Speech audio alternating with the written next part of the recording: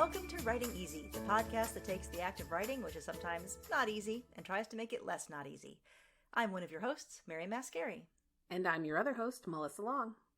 So today we're going to talk about how to behave yourself. Right. And this is less about the actual craft of writing, the actual sitting down and writing stuff, but more about like being a writer and how to kind of, out in the world, how to be a good member of the writing community. How about that? Does that sound like a good way of putting it? Yeah, like how to act professional, like an adult. And you know what? This thing bothers me a lot because I feel like there's so much competition in writing. Like we think, everybody's trying to be a writer and it's so like cutthroat. It seems to like break in and to get attention that we assume that the writing community is large and it's very, very small.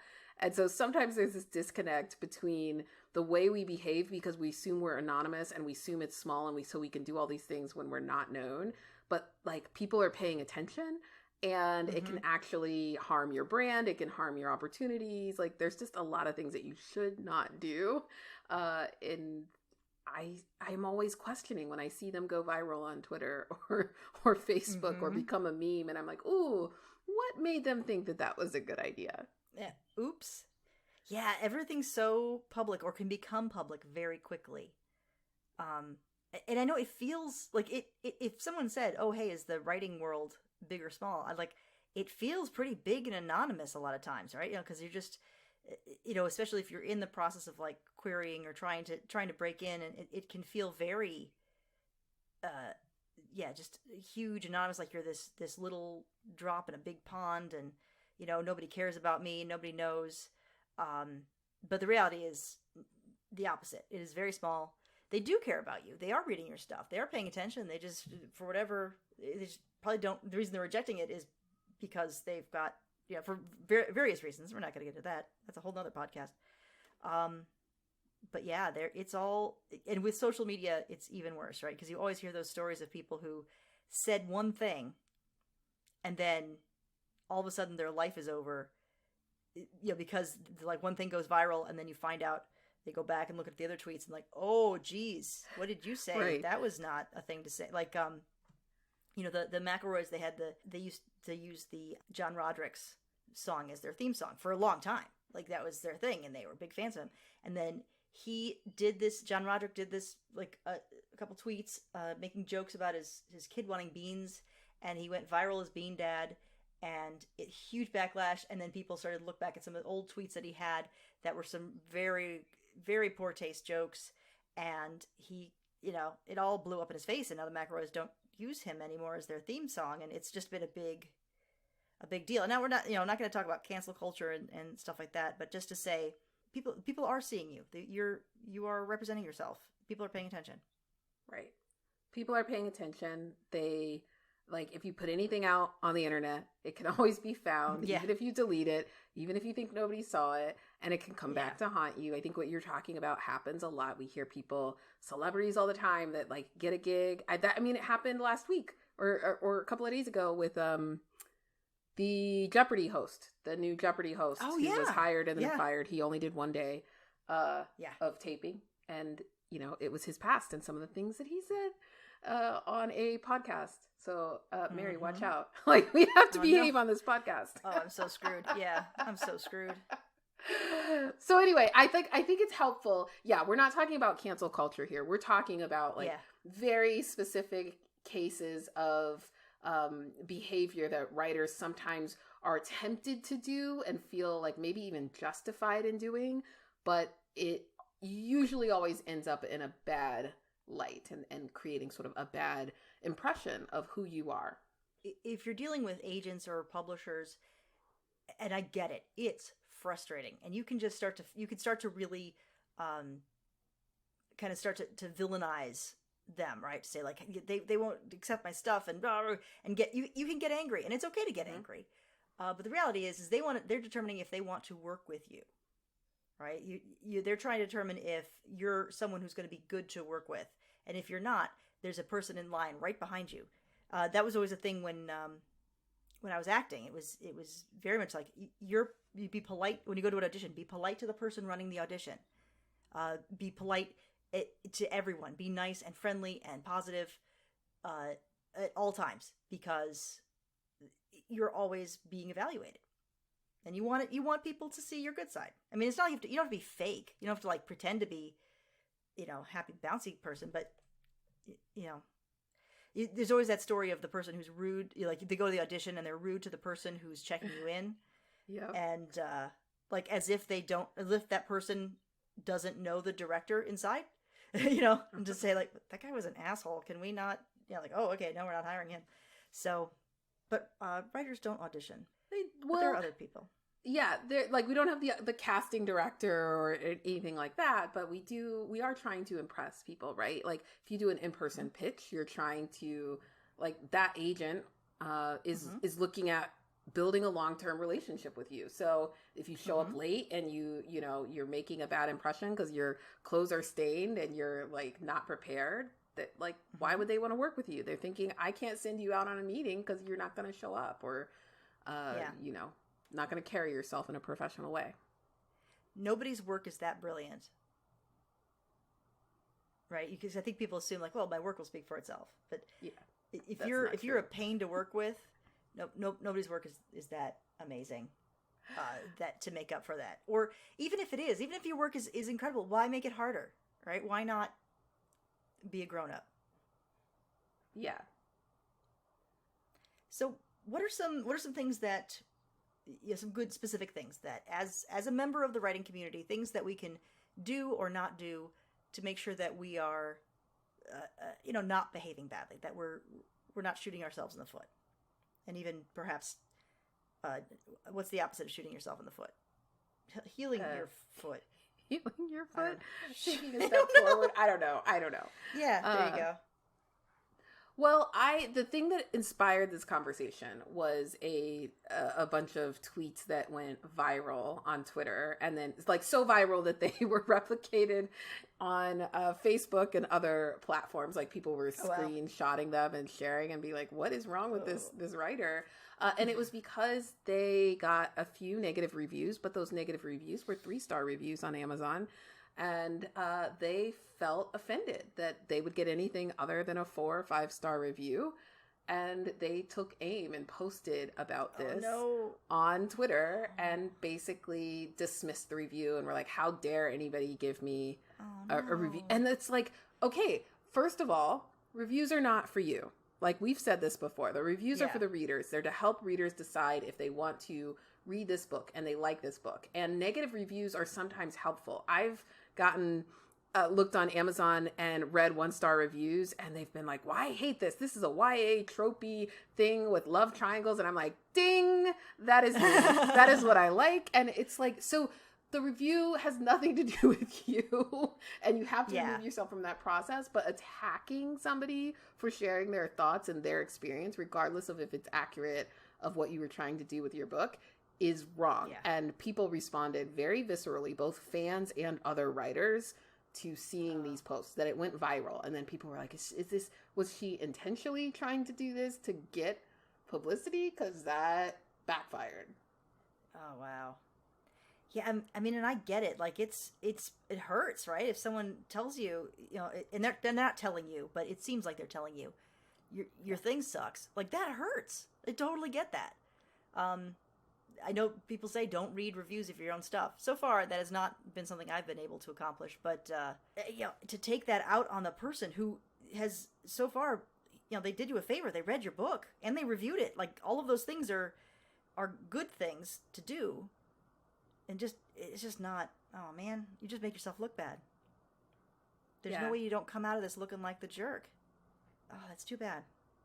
It's really unfortunate, right? And I am, they used to say, oh, well, all PR, right? All publicity is good publicity. It doesn't matter if it's for a bad reason or a good reason. It's all attention. I'm like, I think in today's culture day and age, that is not true.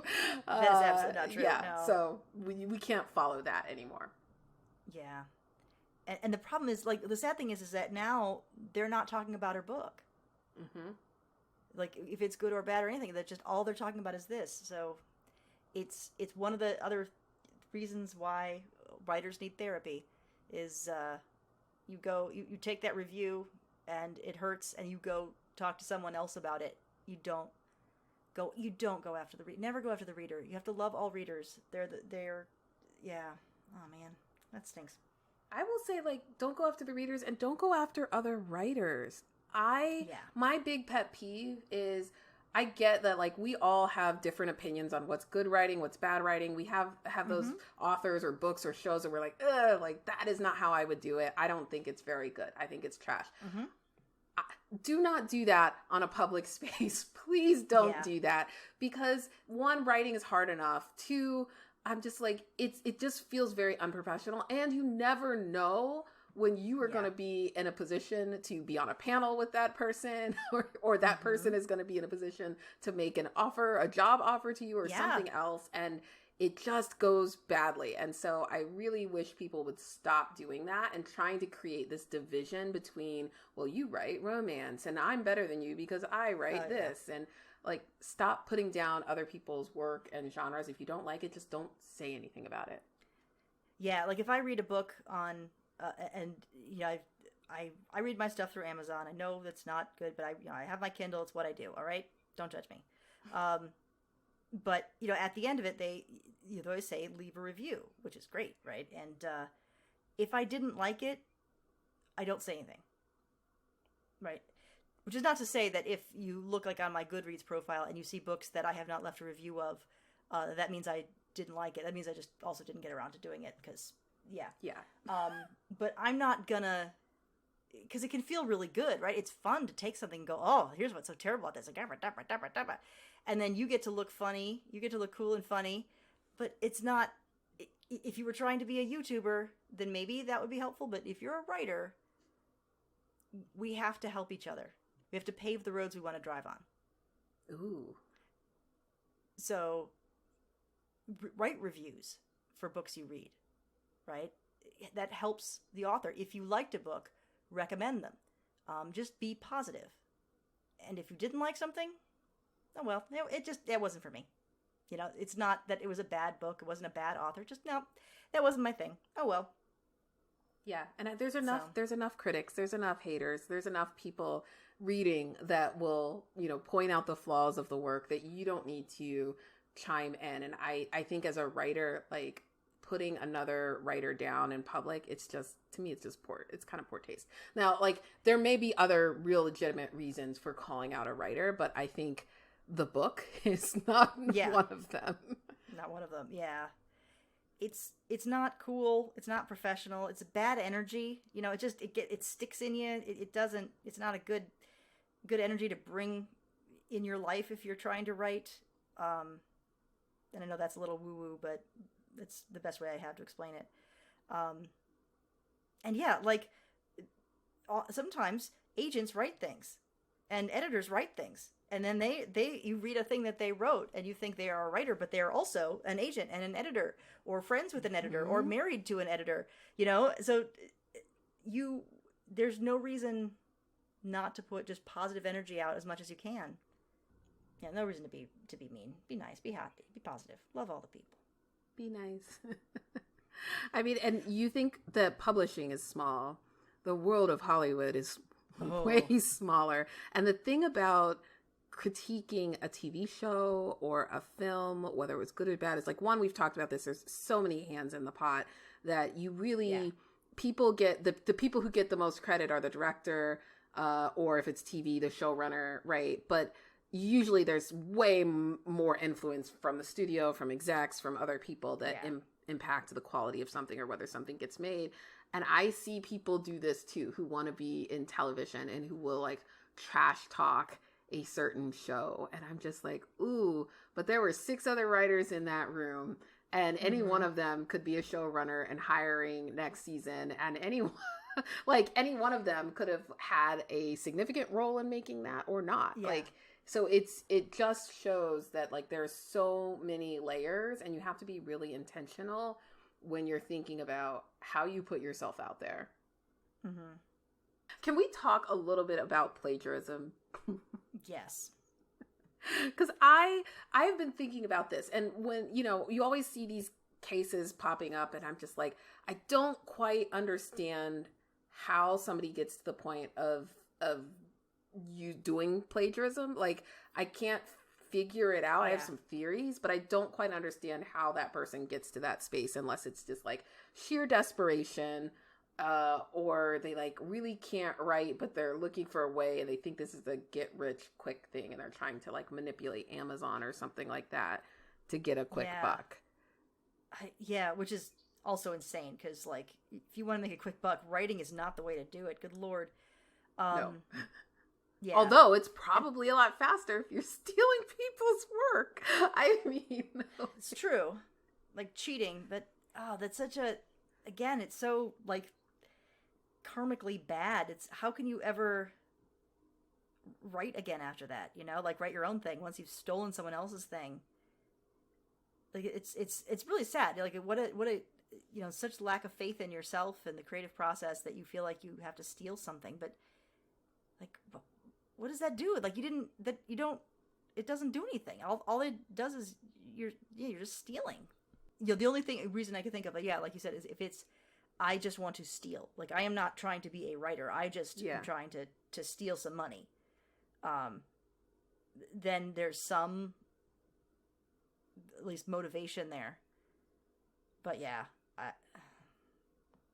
I feel like there's like, some what, you think you're not going to get caught? Yeah, that's the thing. It's like, how do you think you're not going to get caught? You will get caught. If you're listening to this and tempted to plagiarize somebody's work, you will get caught. People will see you. They will call you out, and it will be messy. So don't do it. But I've seen authors who have had like 6, 7, 8 books out, and like they're acting as if they have a career, and then people are like, oh, but like 4 of these books are like lifted straight off of this other author, and then you see these disputes, and I'm like, how did it get to this point where this person actually believes that they are a writer? But or they're just conning us. I don't know. Yeah, I don't understand that, but don't do it. Like that's my rule. Really, do not do it. It's so not cool. And once you're found out, and you will be found out, you're done. I mean, there's no one gonna hire you or buy your stuff ever, because like you've just like it's so disrespectful. It's so awful. The other thing, the other thing is like in being in person, like because sometimes writers get together.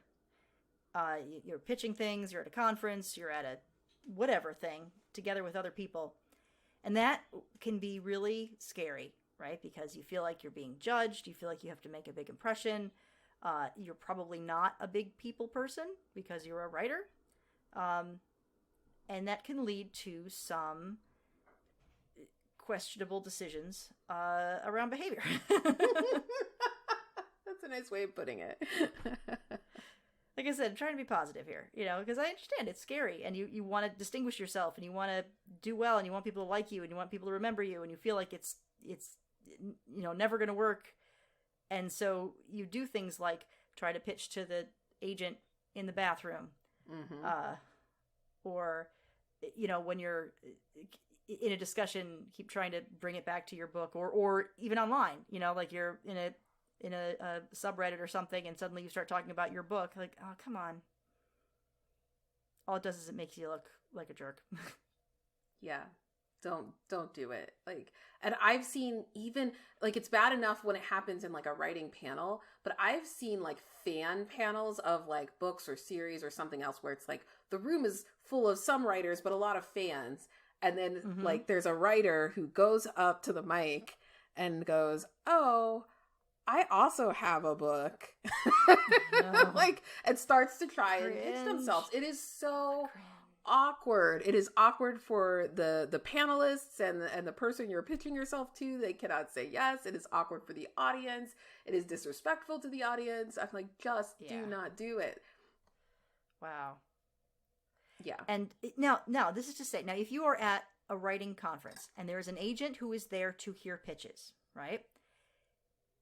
And you're in, they're not in the bathroom, they're not running to a thing, you're kind of hanging out, you're allowed to ask, may I pitch to you? And if they say yes, golden. And if they say no, you say, okay, thanks, maybe another time. That's all you have to do. That's all you have to do. And usually it doesn't even happen like that. Usually it's like you're sitting at the bar and somebody that you saw on a panel is like ends up sitting beside you and you start talking and then you're like, oh, I have this book or this idea. Can I, share it with you? And a lot of times they're like, yeah, sure. You're like, tell me about it. Or they're like, yes, shoot me an email. I'd love to hear more about it or read it. And then like, that's it. You don't have to be creepy stalker. Like, please don't. Yeah. Don't do that. Or just pay for the slot, or sign up for the slot to do the pitch session, which most conferences have anyway. Yeah. I mean, sometimes you don't get the one with the person you want. And that's, that's cool that you just find them later and ask, like, hey, is it all right if I pitch to you? Is that cool? I remember I was at a conference one time and there was a round table with a person, it was like a sign up to have this conversation with this guy. And I wasn't able to sign up in time. I wasn't able to get a spot. So what I did was I just sort of hung out nearby. All right. So I waited to see if no one showed up. Now, did I barge in? No, but I just waited to see if there was a space. There was a space. There was an open space that someone had not taken. And I asked if it was all right if I joined, and they said yes. All right. So that's, you can make opportunities happen by being patient and polite. Ambitious, but you're never going to get there by being pushy or aggressive or disrespectful. But if you're kind and polite and respectful, then that'll take you a lot farther. Words to live by. Oh, thanks. Yeah, stitch that up into a sampler and hang it on your wall, along with the other bon mots that I've given you. So much wisdom from me. I try. All right. Well, I think that's going to wrap us up for today. Now, just to ask everyone, if you can, please try to leave a review. Tell other people about the podcast. Melissa, you had an announcement about your Kickstarter. Do you want to explain that update? I certainly can. So the Kickstarter has officially ended, but I actually ended up canceling it because I needed to change printers. So I was originally printing overseas, and we have smaller print runs, and so it was just going to be really astronomical cost-wise.